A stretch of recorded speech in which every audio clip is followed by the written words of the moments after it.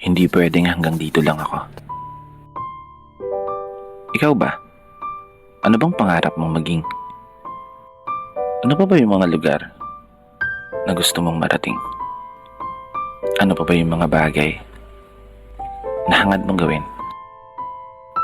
At ano ba ang laman ng palagi mong hiling? Gaya mo, palagi rin ako nakaharap sa salamin. Pinakatititigan ng gusto yung sariling tumitingin. Kinakausap, tinatanong. Sinisilip ang aking galing.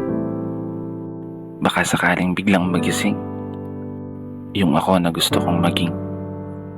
Yung ako na may malayo ng narating. Yung ako na malaya ng bilhin ang kahit anong gusto. Sariling bahay, sariling sasakyan,